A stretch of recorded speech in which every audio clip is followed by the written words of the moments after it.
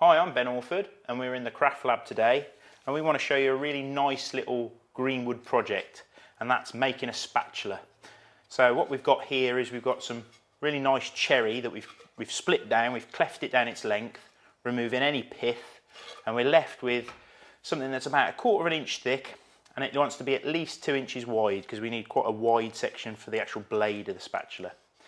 Now we're going to be using the shave horse and the draw knife, which is the perfect tool for it. If you haven't got a shave horse, then you can use a woodworking vise, it's just a little bit slower. So the first thing we want to do is we want to actually choose which end we want for the blade of the spatula and which we want for the handle. Like if you've got any slight knots or defects, I'd actually put that into the handle of the spatula. So we'll grip it in the vise of the shave horse. Now this works really good because as I push with my feet, it holds it really nice and secure. Now most of the planing cuts, we want to use the draw knife with the flat side of the draw knife down. That's going to give us some really nice flat planing cuts. Now the secret with when using this tool is to actually angle the blade, and then when we draw it towards ourselves, it slices really efficiently. So first of all, just concentrate on planing all those surfaces and make sure that you get rid of any of the rough sections where the grain has been split, because we want that to be really nice and smooth. And we'll do the same on the other side. Now I'm just planing the handle section at the moment, and I want to leave that relatively thick. That wants to be about just under 1/4 inch, and then we'll turn it round and we'll start to shape the spatula end, the actual blade end. At this stage we don't want to make it too thin because we're going to actually have to hold it in the jaws of the shave horse, so make sure that you don't make it really thin on the end. And do the same on this side, and you'll see that I'm really angling that blade. If you find that the grain picks up, try increasing that angle even more and make nice slicing cuts. Now what we'll do now is we'll hold it edge on in the jaws of the shave horse, and I want to leave, proportion wise, I want about 2/3 of handle to about 1/3 of blade. Now to sweep in and create those shoulders for the handle, I tend to use the other side, the draw knife now. So I use the bevel side, and I come in and I'm going to rock my wrists, and that's going to allow me to cut in and create a really nice gentle curve. Now if you want to, you can draw a shape on, but I quite like the way that you allow the tool to sort of scribe the shape, and it makes a really nice organic sort of spatula then as well. So do a little bit one side, so that's 1/2 of our handle done. And then we'll turn it over and we'll do the opposite side. Now we want to try and line those up, so eyeball it or draw a line across so that you can see where that handle starts, and try and recreate the same shape. Now you might find that you get a little bit of judder on that transition, so again try and take smaller cuts and really concentrate on rocking your wrists. The tendency here is to cut too deep and you end up with a very narrow section to your handle, which is not very good. So just have a quick look, still a little bit thick, so we'll turn it over and we'll just even up both sides and try and make it look as nice as possible.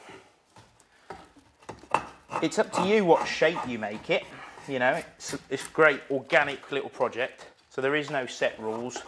The main thing is not to make it too thin. So that's not too bad at all.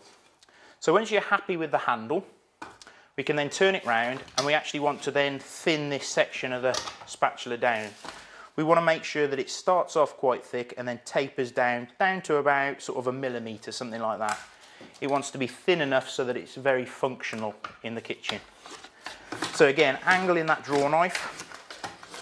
Try and make sure that you use that flat side of the draw knife again to get nice flat smooth cuts, and do a little bit on both sides. Now at this stage I really like to take some of these waney edges off, take any bark and things like that off, so we can hold it back in the jaws and we can just smooth down those sides of the spatula. You don't want to make it too wide because there's a tendency that it will actually split. If somebody really uses it vigorously, then it can put a little crack in it. So make sure that it's not much wider than about 2 inches. And at that stage, I actually like to round over one edge of the spatula as well. That makes it much more practical if you're using it in a bowl. You can scrape round, you can get all into the corners of the bowl. So what I'm going to do is I'm actually going to use the draw knife, and I'm going to angle one side of the spatula. You can also do this with spoons as well, which makes it really nice.